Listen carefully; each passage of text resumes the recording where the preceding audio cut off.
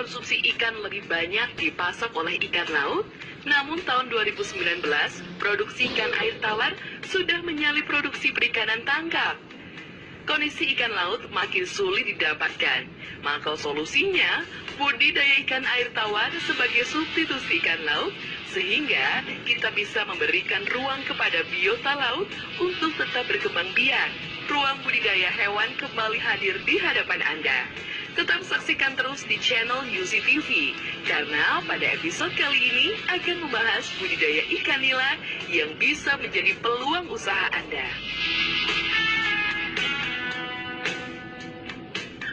Assalamualaikum warahmatullahi wabarakatuh. Selamat sore, salam sejahtera untuk kita semua.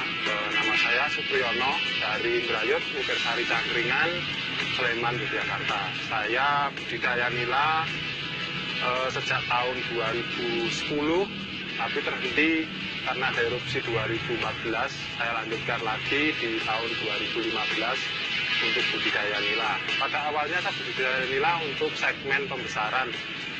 Begitu melihat prospek yang lebih bagus di pembibitan, saya mulai melakukan pembibitan bibit nila atau ikan nila. Dan nila yang saya pijakan atau saya bibitkan itu jenisnya adalah nila sa atau nila sultana, karena memang dulu yang memberi nama adalah Bapak Sri Sultan Hamengkubuwono X. Jadi saya memilih itu karena lebih cocok dibudidayakan di daerah saya, lebih bisa cepat tumbuh besarnya, dan potensi pembiakannya juga lebih bagus untuk di daerah Mukirsari Cangkringan.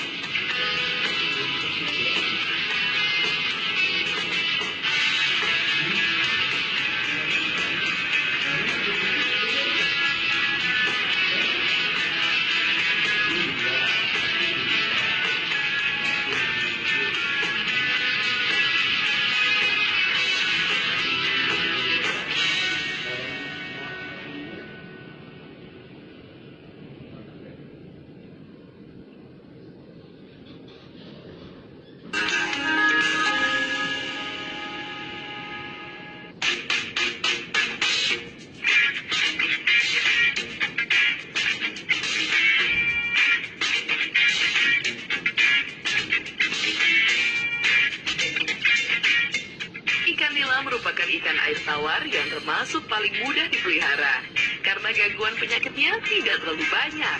Pemilihan benih merupakan faktor penting yang menentukan tingkat keberhasilan budidaya ikan nila. Pembibitan nila sebenarnya cukup mudah. Dari sepasang indukan bisa dihasilkan 250 sampai 1000 butir telur. Ya, oke, ini kita melakukan proses penangkapan bibit nila di kolam yang satunya. Memang kita harus tetap turun ke kolam agar bisa maksimal untuk mendapatkan bibit nilanya. Untuk usia bibit nila, sebenarnya nila itu proses pemijanya adalah alami. Betina mengeluarkan telur sebelum dikeluarkan, pejantan memang membuatkan sarang dulu di media kolam yang ada lumpurnya, kayak bentuknya lingkaran, terus lekuk bawahnya. Nanti betinanya bertelur di situ. Setelah bertelur, pejantannya mengeluarkan sperma atau istilahnya dibuahi. Setelah dibuahi, telur tadi ngerami sama induk betinanya di mulutnya kurang lebih sekitar 3 hari. Setelah 3 hari, anakan tadi mulai dikeluarkan dari mulutnya. Tapi anakannya masih ada di dalam perutnya, itu makanan cadangan seperti telur-telurnya itu. Dan maksimal dikeluarkannya pada pagi hari jam 7 sampai jam 9 atau sore hari jam 3 sampai jam 4. Nah, untuk pengambilan bibit yang maksimal adalah di jam-jam yang saya sebutkan tadi, jam 7 sampai jam 9 pagi atau jam 3 sampai jam 4 sore. Jadi dikala anakannya sudah benar-benar siap untuk dikeluarkan, induk betina akan menunggui di sekitaran anaknya yang misalnya dilepaskan, atau dalam bahasa Jawanya diumbar, biar cepat tumbuh dan bisa istilahnya mandiri untuk nantinya dijadikan bibit yang disiapkan untuk ditebar di lahan berikutnya. Oke, saya coba ya untuk pengambilan bibitnya. Oke, ini untuk mencari bibit nilainya. Ini bibitnya. Karena posisi waktunya sekarang itu sore dan agak mendung, jadi anakannya nggak bisa semaksimal kalau dalam posisi terik beneran.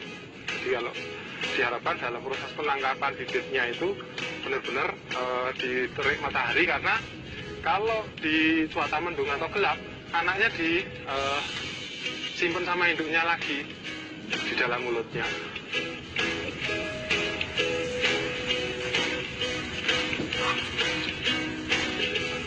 Untuk nanti dijadikan satu di tampungan, terus kita tebar di lahan penebaran berikutnya. Dalam proses perawatan atau pembreedingan nila sebenarnya sangat mudah sekali, karena prosesi pemijahannya cenderung alami, dan komposisi jantan betinanya adalah jantan 1, betina 4, dan usia siap pijah itu kurang lebih 1 tahun itu sudah siap pijah, atau paling tidak bobot berat badannya ada 1 kilo, isi 4 dan 5 itu sudah siap untuk dipijahkan. Dan di usia pertama kali pemijahan biasanya anakannya belum maksimal, mungkin masih sekitaran 200-300, tapi 2-3 kali proses pemijahan atau sekitaran dengan paling tidak bobotnya udah setengah kilo, induk nila bibitnya bisa menghasilkan per ekornya sekitar 1.200 anakan. Nah, itu usia produktif, jadi usianya sekitar 1 tahun 2 bulan sampai dengan 2 tahun itu maksimal untuk benar-benar berproduksi. Jangka waktu produksinya setelah nila beranak 2 bulan kemudian kita belokkan atau kita karantina. Dalam proses karantinanya sekitar 1 bulan kita pisahkan sambil kita keringkan kolam untuk pemijahan. Nanti setelah itu kita masukkan lagi ke kolam pemijahan. Karena ikan nila itu cenderung proses pemijahannya alami, jadi dia saat ini memang belum ada teknik yang lebih sifatnya buatan. Jadi alami, tinggal menjodohkan jantannya adalah 1, betinanya 4 dalam 1 kolam, tergantung ukuran kolam. Idealnya kolam 100 meter persegi diisi dengan 1 paket induk nila. 1 paket itu jantannya 100, betinanya 400. Nanti anakannya akan lebih maksimal. Nah, kendala yang dialami dalam proses pemijahan nila adalah dalam penyaringan anakannya yang kurang steril atau kurang kesaring semua. Jadi nanti masih menyisakan 1, 2 atau bahkan mungkin 10 anakan yang tidak keambil. Biasanya itu akan menjadi pengganggu karena dia lebih cepat besar, akhirnya akan memakan anakan yang kecil-kecil yang baru dilahirkan atau dikeluarkan dari mulut induk betina. Jadi usahakan semaksimal mungkin dalam proses penyaringan anakan nila itu benar-benar bisa maksimal kesaring semua. Untuk gangguan ataupun hama dari pembibitan nila, yang pertama adalah predator yang bersifat alami seperti anakan katak kecil atau ular. Nah, Untuk menghindari itu, usahakan memang dinding kolam dikasih plastik, lapisan plastik atau terpal agar binatang seperti yang saya sebutkan tadi tidak masuk ke kolam. Yang pertama. Yang kedua adalah anakan nila itu sendiri yang dalam proses pengambilan bibit nila tadi tidak bisa maksimal karena masih menyisakan, dan dia akan tumbuh lebih dewasa dan dia akan menjadi agresif terhadap anak-anakannya yang baru dikeluarkan dari mulut induknya. Nah, untuk perawatan yang lain adalah pembersihan kolam dari kotoran mungkin dedaunan, agar jangan sampai ada daun yang masuk karena akan mengganggu proses penangkapan bibit nila. Untuk penyakit-penyakit yang ada, salah satunya adalah jamur ataupun bisa disebabkan jamur bakteri, karena memang faktor pertama kebersihan kolam kurang terjaga, terus sirkulasi air yang kurang maksimal. Nah, antisipasinya adalah yang pertama kali memang kita untuk mendapatkan induk yang benar-benar bersertifikat dari dinas. Yang kedua, karena kalau ada jaminan yang bersertifikat itu akan benar-benar terjamin mutu dan kualitas anakan yang nanti dihasilkan. Yang selanjutnya ada vaksinasi, vaksinasi terhadap induk nila yang memang mau dibudidayakan.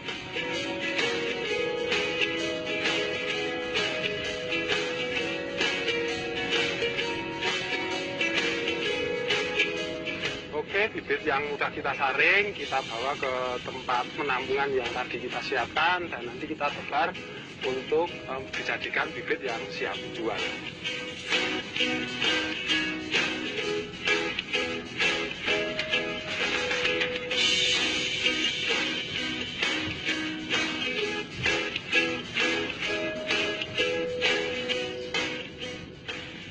Oke, kita siapkan untuk bibit nila, kita tebar di kolam yang sudah kita siapkan. Jadi kolam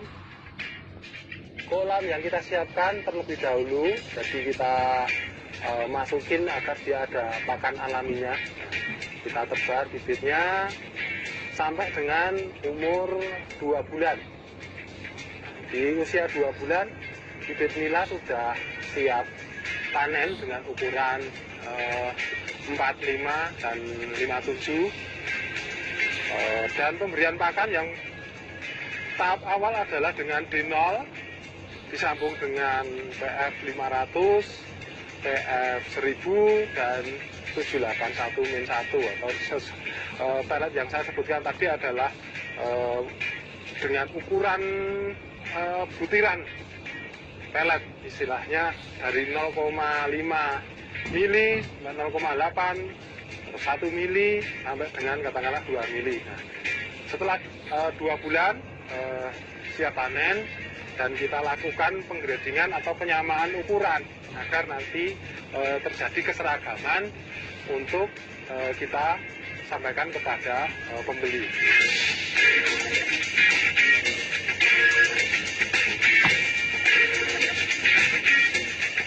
Ikan nila gampang memijah, sehingga jika budidaya dilakukan secara campuran, energi ikan akan habis untuk memijah dan pertumbuhan bobot ikan sedikit terhambat. Namun begitu, ikan nila termasuk ikan yang punya daya tahan tinggi pada perubahan lingkungan yang ekstrim.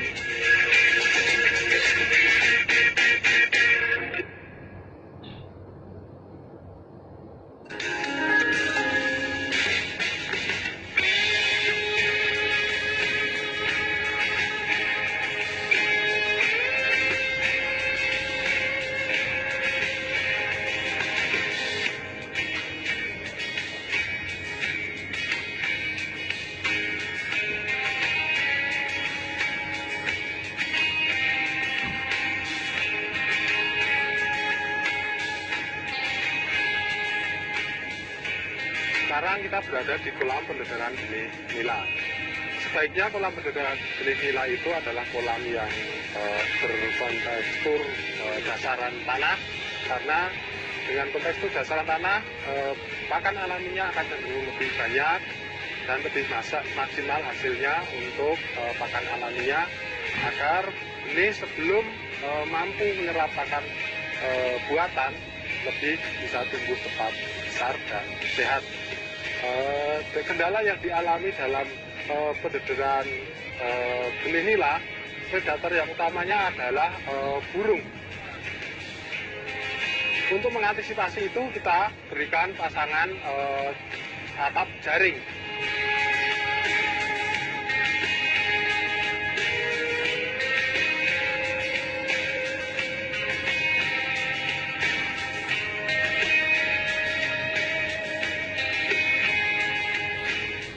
Ya, selanjutnya adalah sesi terakhir dalam pembibitan adalah panen bibit atau penggradingan atau sama dengan penyamaan ukuran sebelum kita jual ke petani atau ke dealer berikutnya untuk didewasakan menjadi nila konsumsi. Jadi ini kita menggunakan gradingan dua ukuran yaitu 46 dan 57.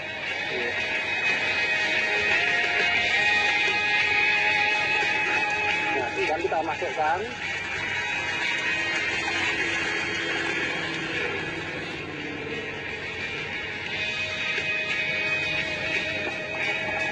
Ukuran yang kecil dia akan lepas.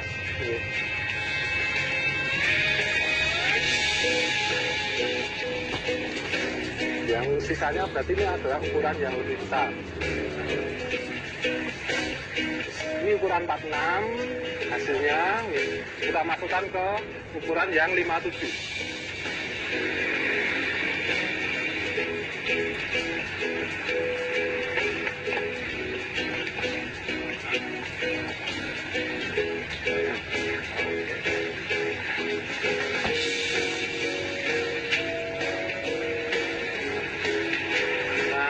Ukuran yang di atas 57 dan di bawah ini adalah ukuran 57, yang ini tadi adalah ukuran 46.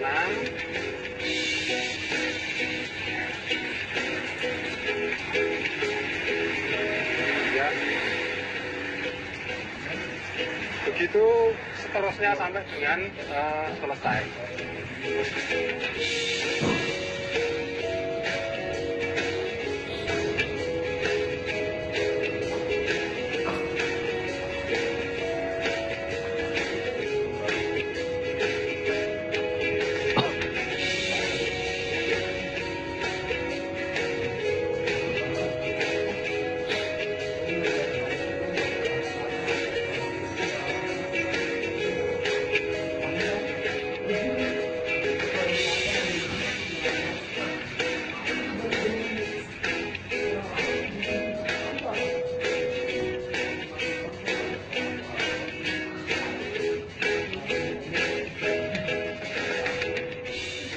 Hasil maksimal, sebaiknya gunakan benih ikan berjenis kelamin jantan.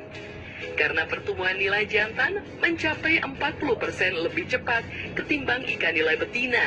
Pelaku usaha budidaya nila yang gagal biasanya hanya karena minimnya pengetahuan mengenai cara budidaya ikan nila yang tepat dan ingin cepat segera mendapat keuntungan yang besar.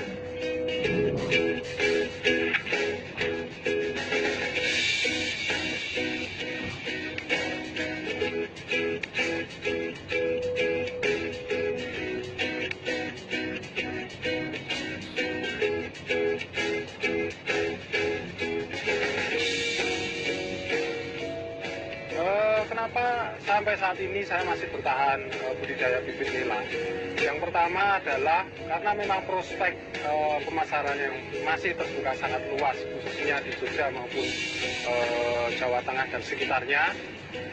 Kebutuhan pasar sangat masih tinggi dan penyuplai bibit untuk dari cangkringan sendiri masih sangat kurang. Jadi potensi pasar dan peluang bisnisnya masih sangat menjanjikan. Dan yang kedua adalah karena cangkringan adalah terkenal dengan ikon nila, maka saya berharap bahwasannya ke depan cangkringan benar-benar menjadi penyuplai terbesar bibit nila dari Yogyakarta. Selanjutnya saya juga berharap dengan budidaya bibit nila yang sangat sederhana, mudah diaplikasikan, bisa meningkatkan kesejahteraan bagi masyarakat petani ikan khususnya di Cangkringan dan sekitarnya.